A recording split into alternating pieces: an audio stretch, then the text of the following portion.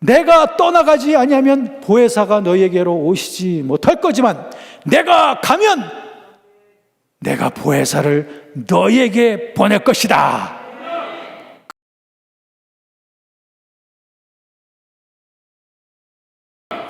오늘 이 밤에 우리들의 관심을 오직 성령님께 맞추시기를 바랍니다.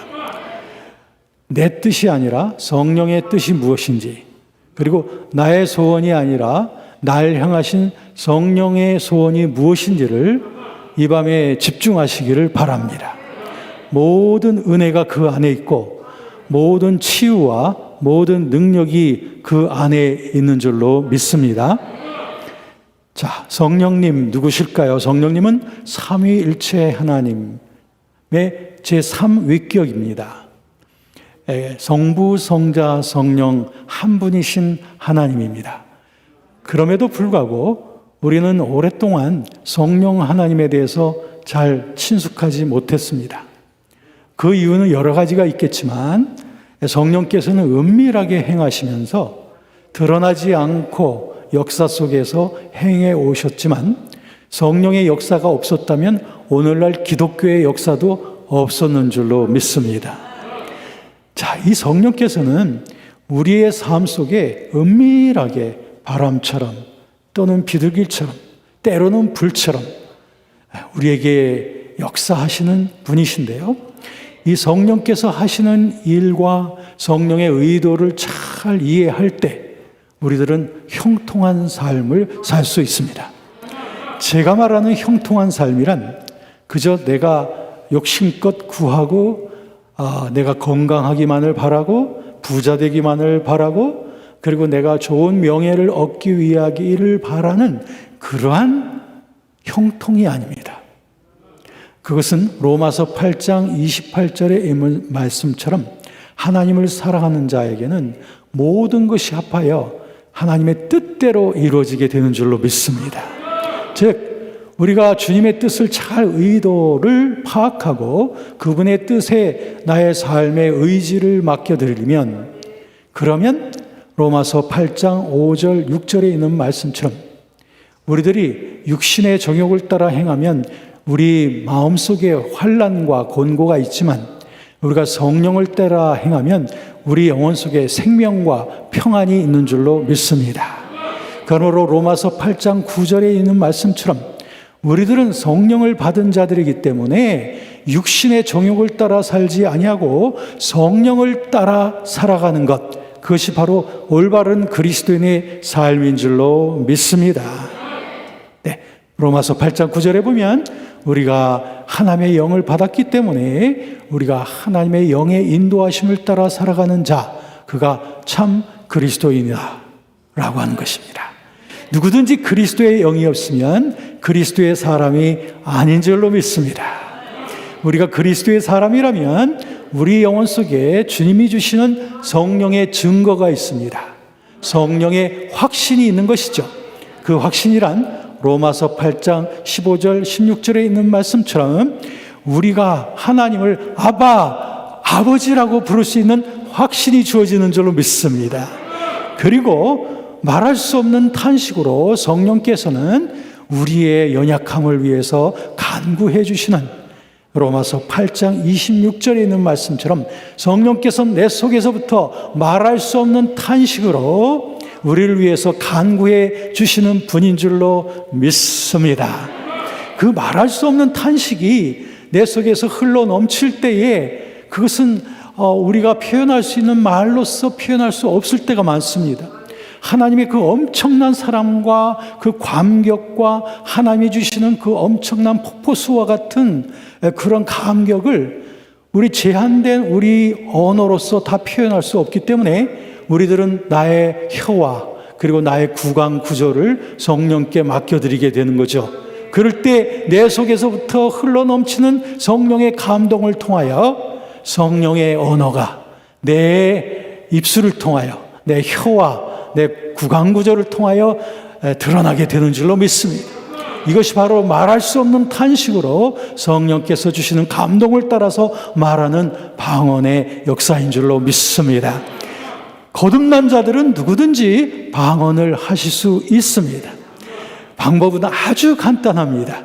성령께 나 자신을 맡기고 충만히 기도하시면은 이제 말할 수 없는 내 언어로서 다 표현할 수 없을 정도의 그런 감격과 그런 사랑에 넘치게 될 때, 그때 나의 입술과 혀를 주님 앞에 맡기기만 하면 됩니다. 그리하면 내가 알 수 없는 언어로 우리 하나님께 비밀을 말하는 그 방언을 말하게 되는 줄로 믿습니다. 여러분, 성령께서 하시는 일을 지금부터 말씀드리겠습니다. 성령께서는 천지 창조 때부터 일해 오셨습니다. 창세기 1장 2절에 보면 하나님의 신이 수면 위에 운행하시더라 라고 하셨으니 The Spirit of God, 하나님의 영은 곧 성령을 말하는 것입니다. 그러므로 성령께서는 정말 무소부재하실 뿐 아니라 어떤 시간, 어떤 시대의 역사 속에서도 언제나 일하시는, 다시 말하면 성령은 시간과 공간을 초월하시는 하나님의 영입니다.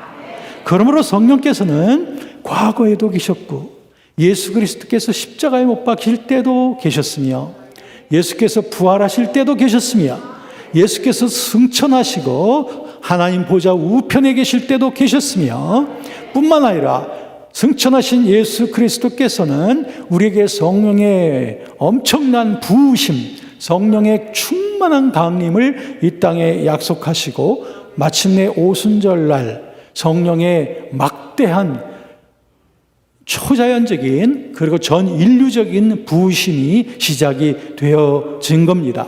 그러므로 저와 여러분들은 이 오순절 성령 강림 이후에 이 놀라운 축복을 받은, 마지막 날의 축복을 받은 저와 여러분들인 줄로 믿습니다.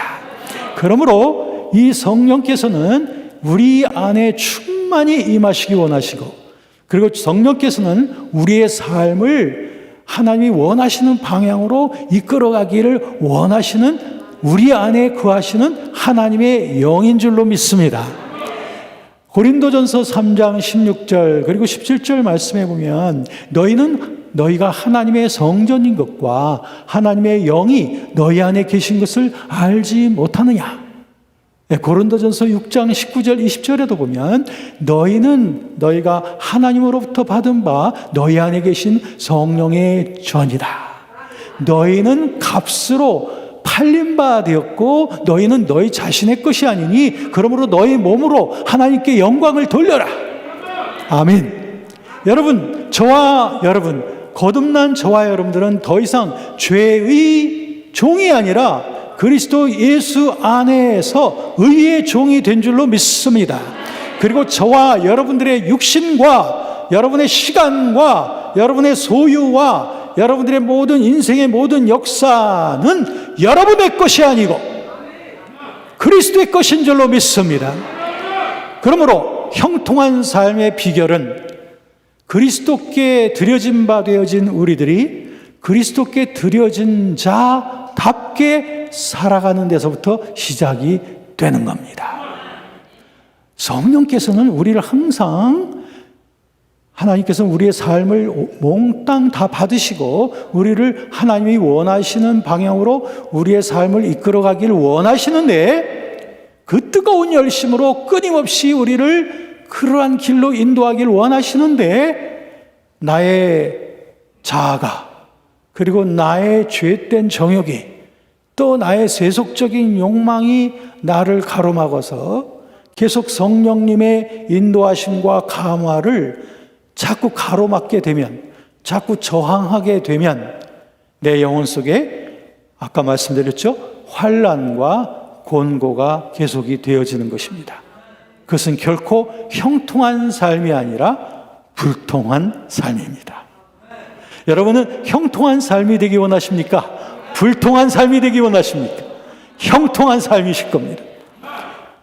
자, 여러분, 이 성령께서는 바로 시간과 공간을 초월해서 역사하시는 이 성령께서는 드디어 이제 주님께서 이 땅에 성령을 물붓듯이 부어주신 이후 누구든지 누구든지 성령의 감동을 받아서 예수를 나의 구주요 주님이라고 고백하기만 하면 성령께서 그 즉시 우리 안에 내주하십니다.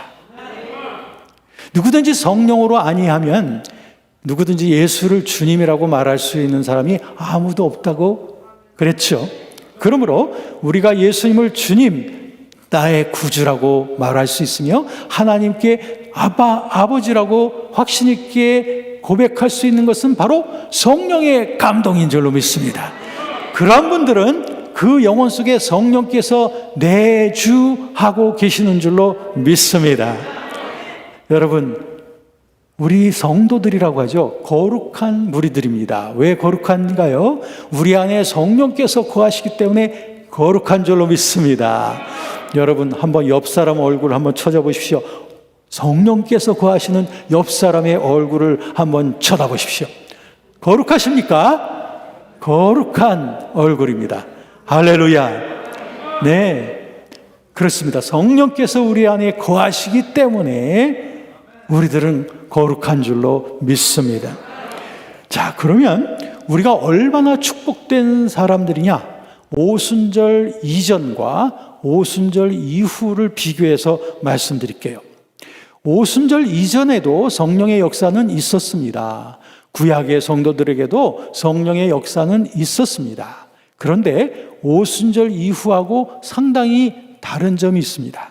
그것은 무엇이냐면 오순절 이전에도 성령의 역사는 있었지만, 즉 구약의 성도들 그리고 예수님이 함께 거닐던 제자들 다 오순절 이전이죠. 이분들에게도 성령의 역사가 있었지만 오순절 이전에는 오순절 이후처럼 그렇게 광범위한, 그렇게 완전 세계적인 그 성령의 부으심은 아직 없었던 겁니다. 그렇기 때문에 성령의 역사를 아주 제한된 사람들만이 경험을 하곤 했었던 거예요. 우리가 구약 성경에 나와 있는 아름다운 믿음의 인물들, 이런 분들은 성령의 역사를 경험하신 분들이에요.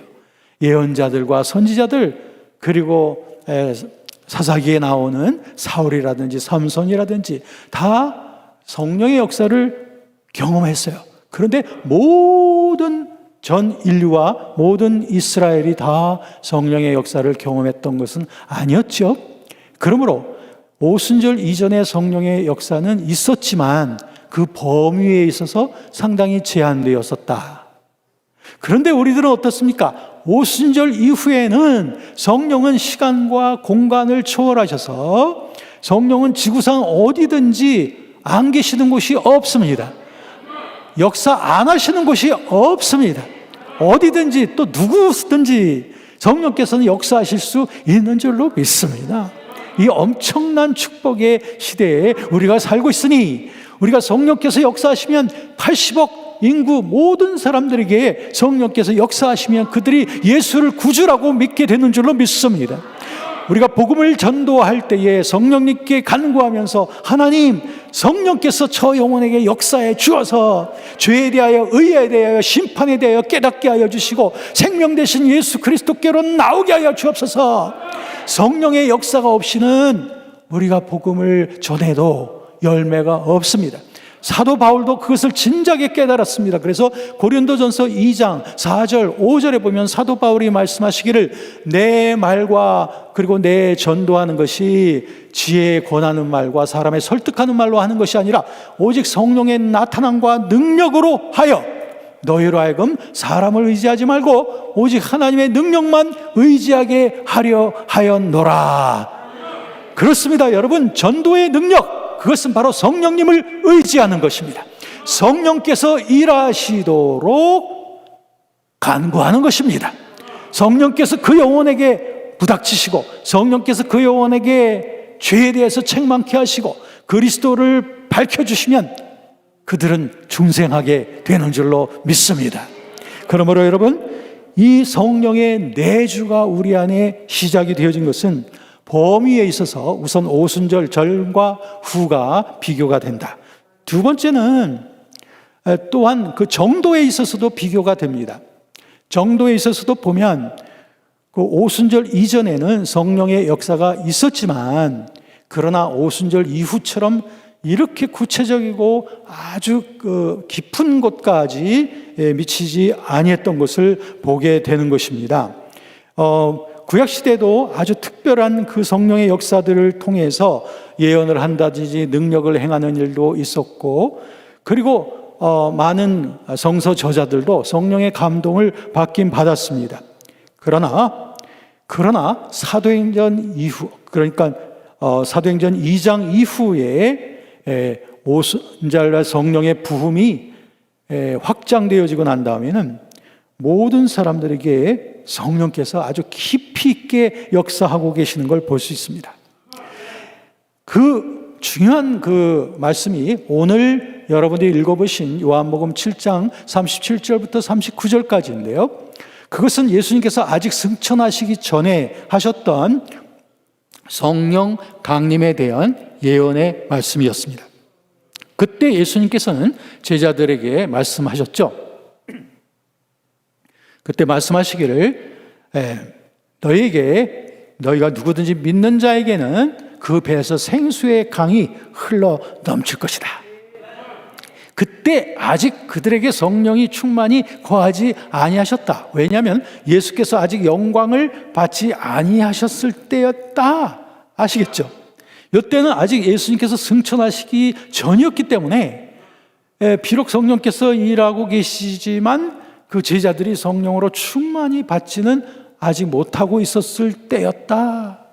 그렇기 때문에 예수님께서는 요한복음 14장부터 16장까지 보면 성령 강림, 보혜사 성령님이 오실 것에 대하여 너무너무 기대하시면서 예언의 말씀을 하셨던 것을 보게 됩니다.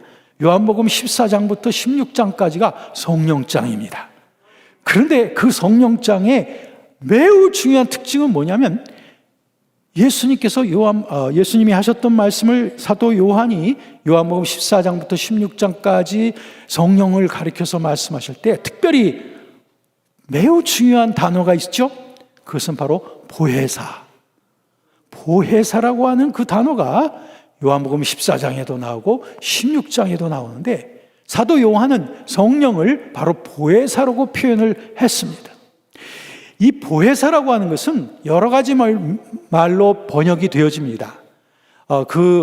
번역들 가운데 보면 상담자라고 하는, 카운셀러라고 하는 그런 번역도 있고요. 또 옆에 서 계시는 변호사라고 하는 그런 뜻도 있고요. 또 우리말 한문자로부터 번역되어지는 우리말 성경을 보면 보혜사, 보호하시고 은혜를 주시는 선생님, 이 모든 성령님을 가리켜 표시했던 이 모든 것들의 공통적인 특징이 있습니다. 그것이 뭐냐면 바로 성령은 인격체라는 거예요. 선생님, 변호사, 상담자, 모든 공통 특징이 뭐예요? 인격적이라는 겁니다. 에베소서 4장 30절에도 보면 성령님은 때로는 기뻐하시고 때로는 근심하시기도 하기 때문에 4장 30절에 보면 하나님의 성령을 근심시키지 말라. 자, 이 말씀을 보면 성령은 그냥 바람도 아니고 성령은 물도 아니고 성령은 소리도 아니에요. 성령의 본체는 바로 인격입니다.